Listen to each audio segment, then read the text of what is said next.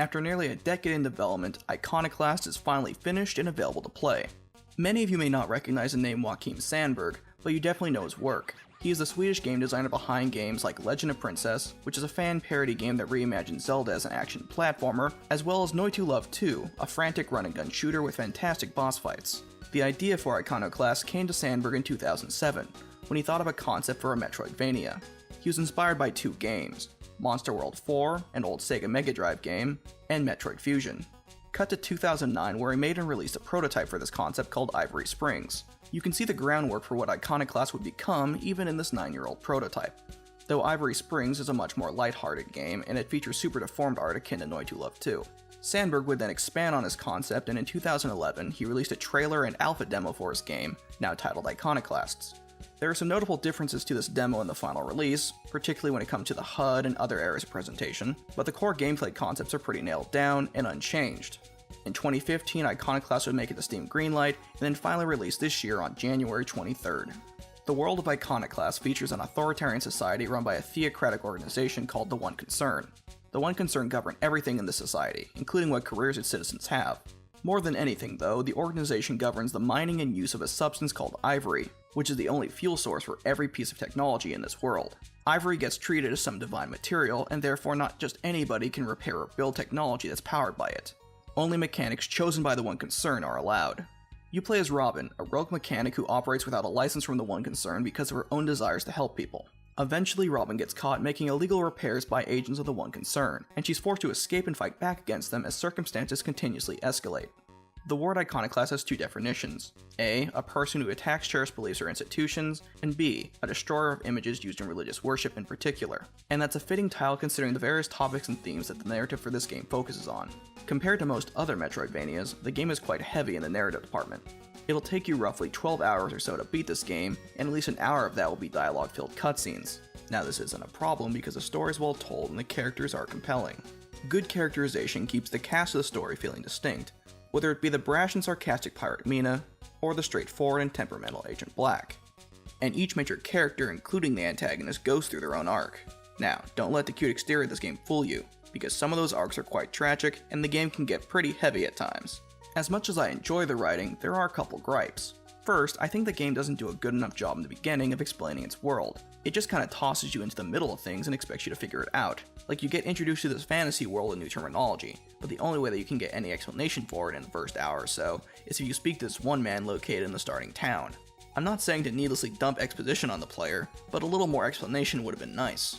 The bigger issue with the writing is some of the dialogue. English is Joachim's second language, and it shows. There are too many lines that just come off as awkward, like I'm reading a crappy localization. I'm not trying to knock Joachim, but he really should have hired an editor to prune the dialogue a bit, especially after spending nearly a decade working on the game. Like, just look at a couple of these lines. Here, Mina's line is, "You're not a whole lot of spiritual, are you?" Which is just clumsy as all hell. It should be written instead like this: "You're not particularly spiritual, are you?" It's just a shame that a good portion of the dialogue is written in this clumsy way, because the content itself is solid. Beyond its story, there is the gameplay, which is modeled like a typical Metroidvania, with a large interconnected world map for the player to explore, where access to different parts is limited by doors and other obstacles requiring a special tool or ability. However, the game isn't your typical Metroidvania, and while there are secrets to find and areas to revisit, it's more of a focused narrative adventure, meaning it's a little more linear fare like Metroid Fusion or Cave Story. Your tools of the trade include a stun gun, a grenade launcher, and this usurper shot that allows you to switch places with enemies. There's also your trusty wrench, which has multiple functions. You can use the wrench to whack enemies and damage them, or you can spin the wrench, which will either deflect projectiles or build an electrical charge. Though fighting enemies with your tools is secondary to their primary function, which is solving puzzles, because this game is more of a puzzle platformer than a run-and-gun action game. So if you're expecting a more combat-heavy Metroidvania like Hollow Knight, you might be disappointed. Most rooms in the game act as self-contained puzzles built around a mechanic that's geared toward your most recent tool upgrade, and the game does a good job of setting up each puzzle mechanic and then building on it with more complexity. And the difficulty of the puzzles is well balanced, where they're clever enough to keep you engaged without causing you to scratch your head in either boredom or frustration. The game also features an upgrade system known as tweaks, that'll give minor improvements to your character. A few of these tweaks will modify how you play, like a dodge roll and a double jump, but most of them are just minor stat boosts that mildly increase your speed, reduce cooldowns, or give you some extra health. The way these tweaks works kinda reminds me of the weapon leveling system in Cave Story, where in that game you would collect these triangles to level up your weapon and make it more powerful, but if you got hit, that weapon would downgrade and you have to level it up again. In Iconoclasts, every time you get hit it'll disable one of your tweaks, and force you to collect ivory particles to restore its use. Tweaks are probably the weakest part of the gameplay unfortunately, because as an upgrade system it doesn't really work or alter the gameplay that much. Most players will probably just end up equipping the dodge roll and then their choice of a supplement to their damage or health, without changing for the rest of the game. This kinda sucks because the entire collectible system is based on the tweaks. Every collectible is either a schematic for a tweak you can build, or an ore used to create that tweak. I mean, most of the collectibles in other Metroidvanias, like Environmental Station Alpha, just end up being items that'll upgrade your health or missile capacity. But those are at least tangible rewards that can help mitigate the difficulty. But in Iconoclasts, they're pretty worthless. This is kinda sad considering how much effort that Joaquin put into reducing the hassle that completionists would have to go through. First, he provided a break in the game before the final boss so that players can go find any collectibles they missed. He also provides a completion percentage that's viewable every time you save the game. And for the map of each individual zone, you can see what percentage of collectibles you found, allowing you to know which zones you could skip and which ones still have collectibles for you to find. The tweaking system doesn't ruin the game, but it does hurt exploration and replayability. Ignoring that, the game plays well, like it does a great job mitigating the irritation of backtracking. The progression of the game limits how often you need to revisit old areas, and provides ample shortcuts when you do have to revisit. Plus, there's also a fast travel system that you unlock around halfway through the game that allow you to easily warp from one zone to the next. You also spend most of the game walking around with at least one teammate, if not more, though this squad system is tied more to the narrative than it is to the gameplay. But occasionally you'll be asked to play as one of your squad mates, or work together with them to defeat a boss. And speaking of which, the fantastic boss fights are a true standout for this game, which isn't a surprise coming from the man behind Noi 2 Love 2. Just like the rest of the game, the bosses operate like their own puzzles, except unlike the other puzzles, you'll be operating under pressure, and you need to rely on your quick reflexes just as much as your puzzle solving ability. The bosses are these multi-phase robots and monsters with multiple attack patterns, and a few of them even take up the entire screen. These are well designed encounters for the most part, but there are a few cases where either the attack pattern seems entirely random, or you're left confused at what exactly you're supposed to do to beat it. But these are few and far between, and the difficulty of most boss fights is well balanced. And even if you do die, there's a good checkpoint system in place where you can just press retry to immediately challenge the boss again. The boss fights are also the best part of the game if you're a completionist, because there's a couple hidden bosses to find and fight that are great. This is probably the first thing most people will notice about the game, and I've neglected to mention up until this point, but the presentation for Iconoclast is fantastic. For one, the controls are fluid and responsive, aside from one quirk where there's a split-second delay on your move allowing you to deflect projectiles.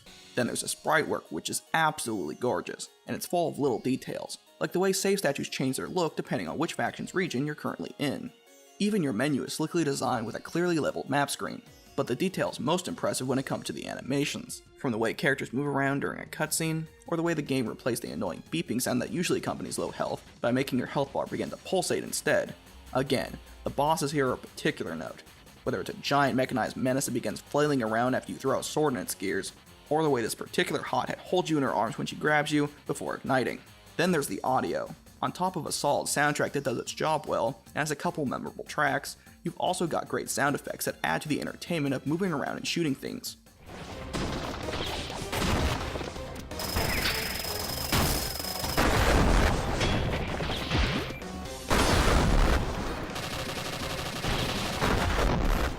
Honestly, despite a few snags in the game, it's clear that the creator Joaquin Sandberg put a lot of thought and effort into it and had a clear vision for what he wanted. And if I didn't make it clear earlier, it should be noted that he literally did everything in the game. The design, the programming, the writing, the artwork, and even composing the music and the sound effects. And I can say that his efforts were not wasted. The game was a fun 16-hour experience, and I enjoyed solving puzzles, taking down bosses, and experiencing the well-thought-out narrative and characters. My personal favorite character was Agent Black, who I wish would hold me in her giant robot arms and pile drive me into the ground the same way she does with Robin. A boy can dream. I recommend this game to anybody looking for a solid Metroidvania. Iconoclasts is priced at $20 and it's currently available on Steam and GOG.com for PC, Mac, and Linux. It's also available for the PlayStation 4 and PS Vita. I look forward to whatever game Mr. Sandberg works on next. Which, according to his Twitter, he recently mentioned interest in creating a platformer, one with similar pacing and difficulty to a 2D Mario or a Donkey Kong Country game. And he even posted some concept art for a character. Mr. Sandberg, let me tell you, the indie scene is lacking in that kind of game. But don't you worry about demand. If you make it, they will come. I know I'll be there day one. Anyways, I hope you enjoyed this recommendation, and thanks for watching. Have any of you played this game yet? And if so, what are your thoughts? Leave a comment and tell me about it. Have a good day.